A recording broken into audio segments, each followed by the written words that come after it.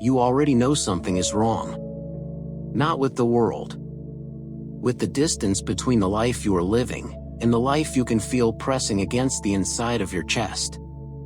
That pressure is not anxiety. That pressure is a memory. And today, whether you are ready or not, you are going to remember what you were made to forget. There is a code running beneath your experience of reality. Not a metaphor. A living architecture, older than any religion that has named it, that governs what you can see, what you can have, what you believe is possible for a person like you. You did not write that code. You inherited it. Through the hands that fed you, the voices that shaped your earliest silence, the moments when you reached for something and were told, without words, that reaching was not for you. But here's what no one told you. Code can be rewritten. And you specifically, are the only one who can rewrite yours. Stay with me. Because what I am about to show you does not live in a book. It lives in the place just behind where your thoughts begin, and you have been circling it your entire life without knowing what you were looking for. What is coming will not comfort you. It will recognize you. And that is something entirely different. There is a weight, you have felt it, that settles behind the eyes when you realize the life you are living belongs to someone else. Not dramatically. Not all at once. It comes slowly, the way a room grows cold when the heat has been off for hours, and one morning you wake and the coldness is just the temperature of everything. This is not failure. This is programming. Every human being born into this world is handed a script before they are old enough to question it. The script tells you what is real. What is earned. What people like you, from places like yours, can reasonably expect from the experience of being alive. And you followed it. Because the ones who handed it to you were the same ones who kept you safe. But here is the first truth, the one that will sit in your body like a stone. Safety and freedom have never been the same thing. The script kept you safe inside a boundary you did not choose. And you have been calling that boundary your life. Feel that for a moment. The tightening in the chest.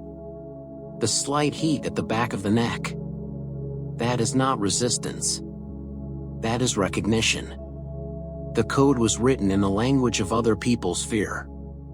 Your parents feared for you, and that fear became instruction. The culture feared deviation, and that fear became the ceiling you press against every time you try to rise above what is familiar. Every desire you think is yours carries a fingerprint. Most of those fingerprints are not yours. You think you understand now. You do not. Not yet. Because knowing the cage exists, and knowing how to dissolve it, are separated by a distance that most people never cross. They see the bars. They name them. They discuss them with great intelligence and great sadness, and they remain perfectly articulate inside. What I am about to show you is not awareness. It is access. There is a protocol, ancient in its origin, invisible in its operation, that the creators of worlds have always known. Not kings. Not conquerors. Creators.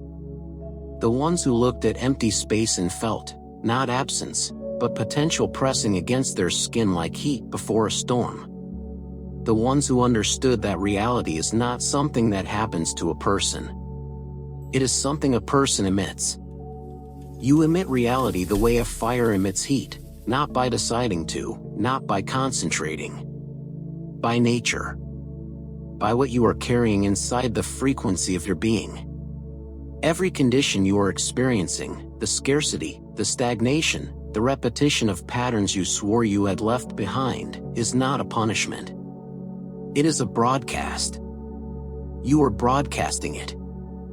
From a frequency set so long ago you have forgotten it was ever set at all. But not through effort, through recalibration. And recalibration does not begin in the mind. It begins in the body. in the specific, physical experience of a different frequency running through a nervous system that has been locked on one channel for decades. Hold that. Because what comes next is not information. It is instruction. The first instruction. Become still enough to feel what you are broadcasting. Find a place where no one needs anything from you. Sit. Let the hands rest open, palms upward, on the legs. Not as a symbol, as a physiological signal. The body's way of shifting from receiving threats to receiving transmission. Now, do not reach for a thought. Let one rise. The first thought that surfaces in true stillness is a signal from the frequency you are currently broadcasting.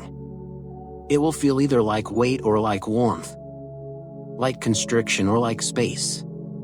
Name it with a sensation. Tight, warm, heavy, open, cold, still. That sensation is your current frequency. And you cannot change what you cannot feel. The second instruction. Find the origin point. Every frequency has a moment of installation. A specific scene, not a pattern, a scene. A room. A temperature. A particular quality of light and the feeling of your body in the moment when something about reality was decided for you. You know this scene. It is the one that flickers at the edge of thought when you are close to something you want and suddenly pull back without knowing why. Go to it. Not to relive it. To stand inside it as your current self, and witness what the younger version of you concluded about what was possible. That conclusion is the code. Because you cannot rewrite what you refuse to read. The third instruction. Speak a different conclusion, aloud, in the body of the original scene. This is not affirmation. Affirmation lands nowhere because it has no roots. You return, in full sensory presence, to the original room. You feel the temperature of it. The particular smallness of the body you were in. And from inside that memory, fully inhabited, you speak, aloud, with your physical voice, the conclusion the younger version of you deserved to hear. Not a correction. A completion. The nervous system does not distinguish cleanly between vividly imagined experience and lived experience. When you complete the scene with a different conclusion, something shifts, not in the past, but in the code that was written there and has been running forward ever since. The fourth instruction. Replace the broadcast with a specific, embodied signal. Do not see the life you are choosing. Feel it. The specific temperature of the room you would be in.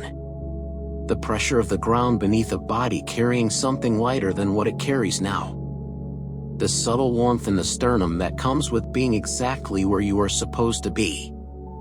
Hold that sensation for 90 seconds without drifting. 90 seconds. The minimum threshold at which the nervous system begins to register a new signal as real. This is recalibration. The fifth instruction. Remove what is feeding the old signal. There are voices in your life, some belonging to people you love, that carry the old code. Not because they wish you harm. Because they are broadcasting from their own inherited ceiling. Familiarity is a gravitational field. Become, quietly, without declaration, selective about which frequencies you allow to run through your nervous system for extended periods. This is not abandonment. This is maintenance of a signal too important to sacrifice for the comfort of sameness. The sixth instruction. Act from the new frequency before the evidence appears. This is where most people break. They recalibrate. They feel the shift. They wait for something external to confirm the internal change is real. And in the waiting, the old signal reasserts. But reality does not lead. Reality follows. Act from the new frequency as though the evidence is unnecessary, and reality, obedient as it has always been, will begin to rearrange. Not in the way you planned, in ways more precise than planning allows. The seventh instruction. Notice the small confirmations, and receive them completely. A conversation that should not have happened. A door that opens in a direction you had stopped looking. A sudden, sourceless certainty, warm and quiet, like a hand placed on the shoulder from behind, that something has changed. These are not coincidence. They are reality speaking back to a new signal in the only language available to it, the language of events. Receive them fully. Let the warmth settle into the chest without immediately reaching for the next thing. Acknowledgement feeds the signal. Dismissal starves it. What was given to you here is not a method. It is a remembering. The Creator Protocol is not something you learn. It is something you recognize, through the gradual loosening of a certainty you have held so long it feels like truth. The certainty that you are inside a fixed reality. You are not inside it. You are emitting it. There is something at the edge of what was said here, a final layer that cannot be spoken until the spoken parts have settled into the body and been tested in the world. You will feel when you are ready for it. Not as a thought. As a quiet, physical certainty, like the moment before sleep, when the body finally releases its grip on the day, that there is something more. And that it is waiting. For you. Specifically. Only you.